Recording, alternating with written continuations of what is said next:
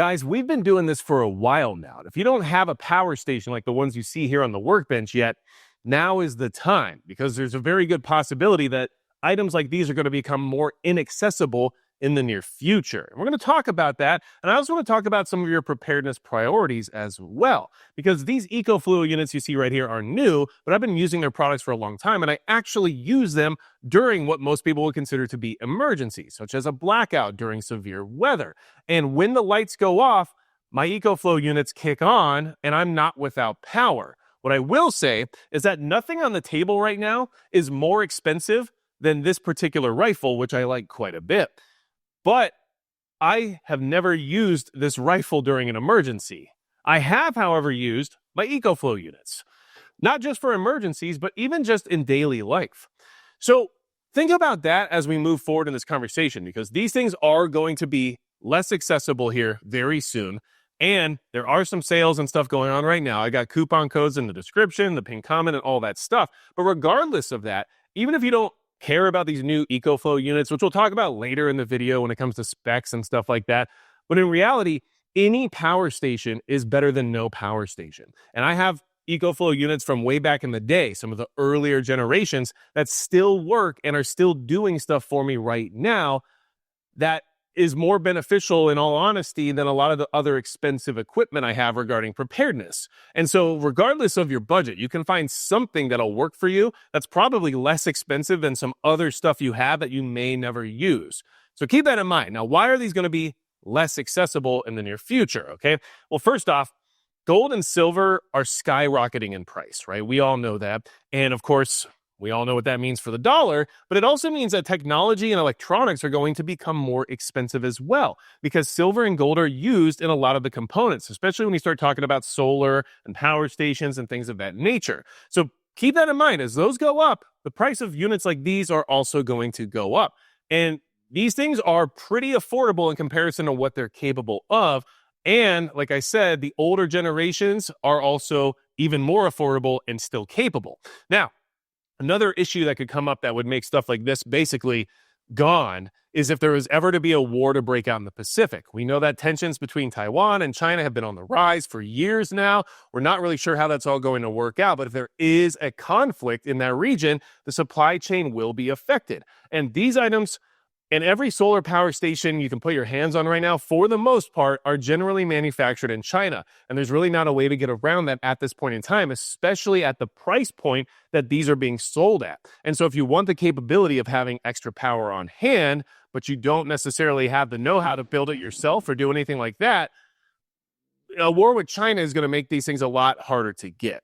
So please keep that in mind, because this is something that could happen at any point. And I think during that type of a scenario, having backup power might be relatively important. Now, another thing that could impact the accessibility of units like these would obviously be tariffs. We haven't really seen how that's all going to play out regarding US and China relations, but I do know that if things keep going forward in a more aggressive way, there's a good chance that stuff like this becomes less and less affordable every single day. So that's another consideration to make. Not to mention, one other reason why you should definitely have one of these now and probably get one before things get a little bit weird is even just utility prices themselves. We've seen how everyone's electric bill has gone up through the roof, even though all the green energy was supposed to save us from ourselves. And for some reason, it hasn't. So instead, we just keep paying more and more and more for electricity. So taking even small steps towards being a little bit more independent regarding the grid and having access to power that you may need during times where, I don't know, rolling blackouts or brownouts start to occur, like I know they do in places like California, could be extremely beneficial as well. And then we're back to square one where we're using this equipment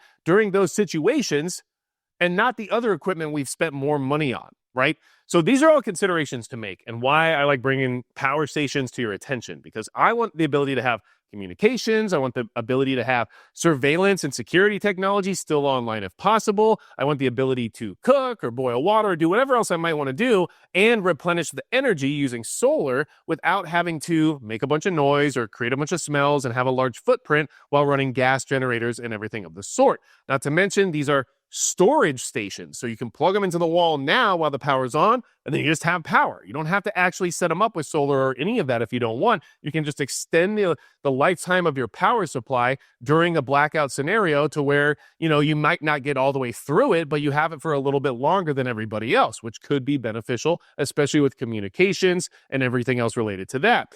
The other thing to keep in mind is that even if you have a gas generator, this allows you to store the power that gas generator is generating during the day or during times where it's not as dangerous to run. And then at night, if you want to keep a low profile or not have as much noise or whatever it might be, you can just use these inside, right, without having to worry about carbon monoxide or anything like that, and have all the stored energy you produced with your gas generator during the day or during a time that's less dangerous, and then use it from these units. So there's a lot of reasons why I think power stations are a good idea and why I think you should have them.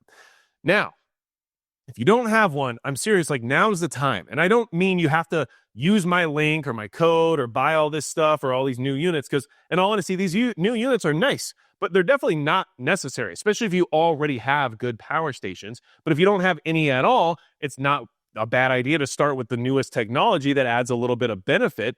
But at the same time, based on your budget, if you want to go older generations and find stuff for a good deal that still does a lot of what these do, but just a little less efficiently, I say do it, because these things are actually useful. And yes, I think having rifles is a good idea, of course. I think having food and everything else is important. Water, right? We know all the basics of survival, and we know why we need those things. But these are things I actually use and have actually used during what you would consider to be not a major emergency, but an emergency of sorts. Severe weather knocking out the power did not shut down my power, right? Whereas it did shut down my neighbor's power. So those are all things that you want to keep in mind. And the fact that you can use these inside really helps you maintain that low visibility footprint during any type of larger situation, right? So just wanted to bring that up, because I could have just made this video like, hey, here's the new EcoFlow units, and here's all the things you should know about them. This is why you should buy them.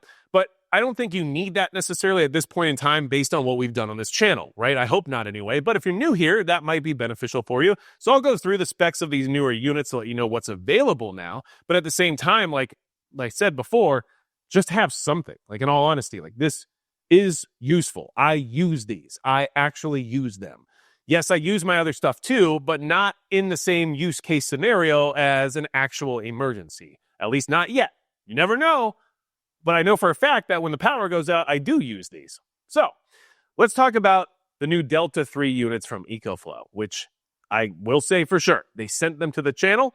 They've been a friend of the channel for a long time, and I don't mind promoting them because they do what they say they're going to do. And I have two huge Delta Pros that are plugged into my house and wired directly into my circuit breaker, and I have 10 circuits that will just automatically turn on if I lose power. And they work great, and I've had them for years now, no complaints. So I've used all this stuff. I know what it's supposed to do, and I know that it works. Now, this is actually relatively interesting because some of the new technology is pretty cool. So first off, we have a Delta 3 Max, which is this guy here on the end.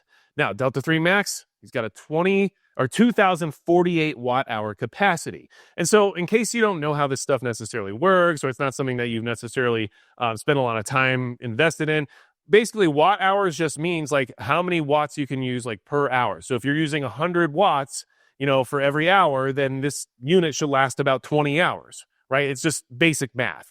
But that's how much capacity it has. So 2,048 watt-hour capacity. It's got a 2,400 watt output, which is a lot.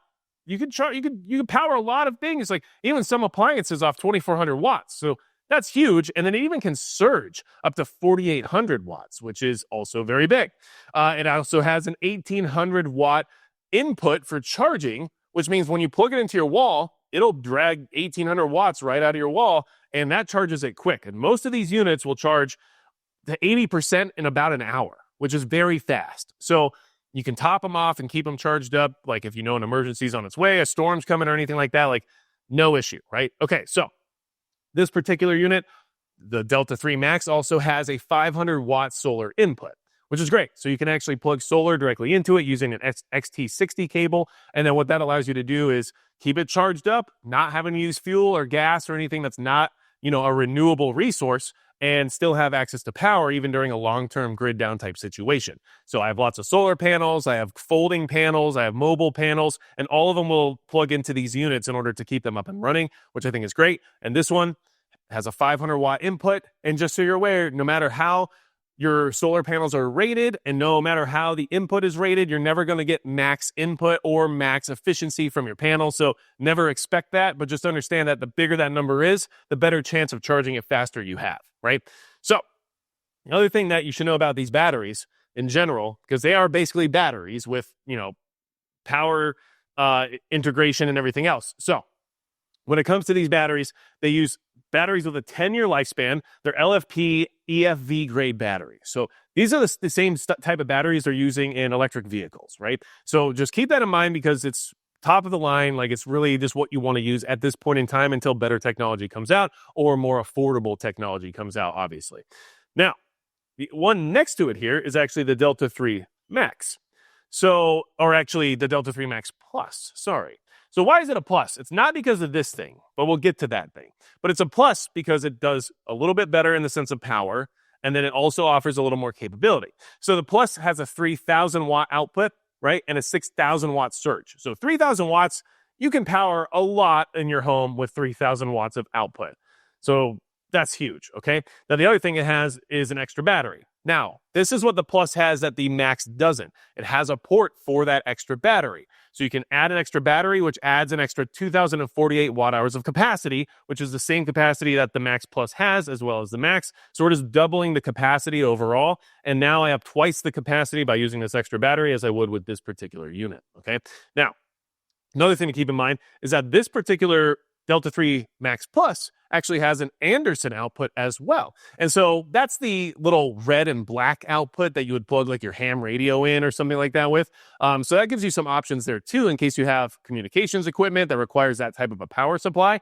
This unit can actually do that on its own versus having to plug something into this unit. So that's one of the benefits of going up to the Plus. And another benefit of the Plus is that you actually get access to output priority. Now that's something that you can run in the app where you would basically say, hey, these outlets or circuits, depending on if you end up wiring this into your home or doing something like that, there's a whole litany of things you can do with these units. But regardless, what it allows you to do is put priority over certain outlets based on power consumption. So you can say, hey, this one outlet is for, a lamp, but this other outlet is for a CPAP machine, and I need to make sure the CPAP machine stays running and up and working throughout the night. So if it's starting to get low on power, to shut the lamp off and make sure the CPAP machine keeps running, right? So you get to prioritize what's important so you save power when you don't need it, and you also know that the things you really need to be powered are going to maintain power for as long as possible. So I think that's actually pretty cool that the Plus offers as well. Now, of course, these things are all expensive. So like the cheapest one here is a Delta 3 Max at $800, right? That's not inexpensive by any means, but it's definitely not the price of my rifle that fell down. It's got an ACOG. We're good. So you see what I'm saying? Like right now is the time. Like these are still accessible. They're not cheap, but accessible. And there's a 5% coupon in the description and the pinned comment for you. So I don't know. It might be the time for you, just throwing it out there. But like I said, if that's past what you're capable of, please just check out older generations or other brands or whatever you got to do, because I think having these is a very good idea. Now, let's talk about the big one right here. Okay, this is the Delta 3 Ultra. Now, this one actually doesn't have as many capabilities as this one. So don't let size deceive you. It has more capacity and more power, but it doesn't have as many options in the sense of having extra battery capability or having an Anderson port or things like that. So it all depends on what you get. And of course, you can get a Delta 3 Ultra Plus, just like you can get the Delta 3 Max Plus, and then you start getting all those things, but there's reasons why these are stepped, right? So the Delta 3 Ultra, what does that give you? Okay, it gives you a 3,072 watt hour capacity. So almost 1,000 more watt hours, or actually a little more than 1,000 more watt hours, which is very big, right? So that's a lot of capacity. Now this unit with the battery is more because it's over 4,000 watt hours, but I needed to add an extra battery for that. And of course, you can find batteries for this one too. And so you can always expand, which is always good. Now, this unit also has a 3,600 watt output, and it can surge up to 7,200 watts. So this thing can run like just about anything you got going on. The only thing I would be concerned about in my house particularly would be like my water heater and possibly, when my water pump first kicks on, but it all just depends on how your stuff is set up. So, yeah, I mean, that's pretty big. And honestly, it can handle the water pump, but I've just had issues with that thing kicking breakers in the past, so I'm a little bit traumatized. Now, what's also cool is that this one has an 800 watt solar input.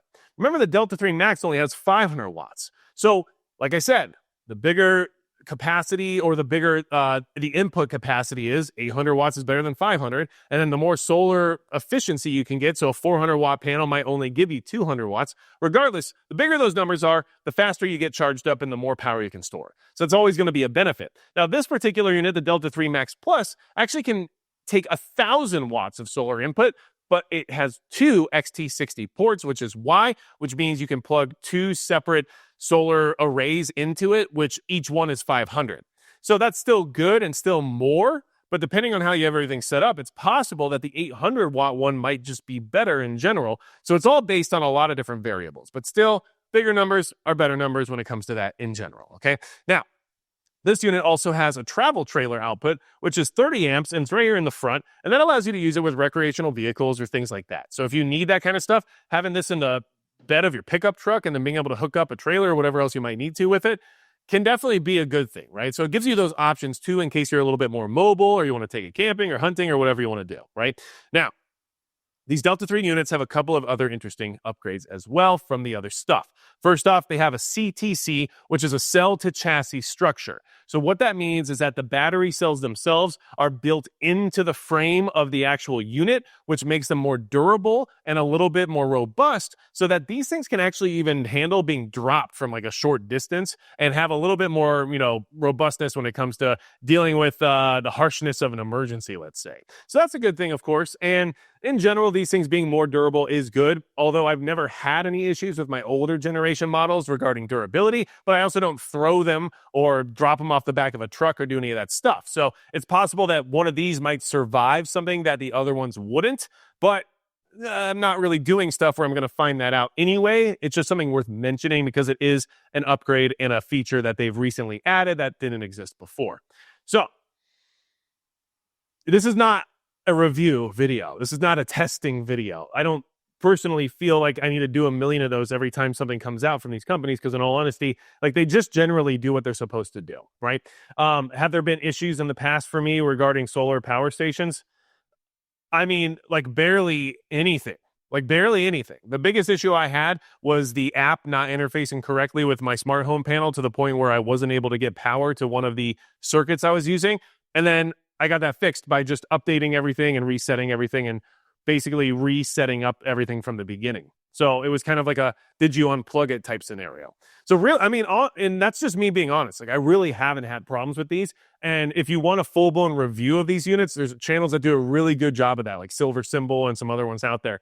And I'm just not that guy, right? I just know I'm not that guy because I don't have the expertise to be able to sit here and tell you every little intricate detail that actually matters to somebody who cares about those things. But what I can do is tell you the specifications, the differences, and the fact that having stuff like this is a good idea. It just is at this point. Like if you're into preparedness and you're worried about prepping and you have NVGs and rifles and all kinds of crazy stuff, but you don't have a power station, you might want to check your priorities a little bit because although those things are great and I think they're important and I think they're good to have, being able to keep your phone charged, being able to, keep some lights on, being able to run like a hot plate or a tea kettle or whatever else you want to do is generally more useful, at least in the beginning periods of a long-term blackout type scenario. And then if things get really bad, well, you'll be glad you have those NVGs and those rifles. But until then, I guarantee you'll be using stuff like this more. And that's just been my experience. And that's why I still work with EcoFlow because I think that it's something that's worth having. So let me know if you have any questions or any comments down below. Of course, like I said, there's a coupon and links and stuff in the description and as well as the pinned comment. But in all honesty, like these are nice units.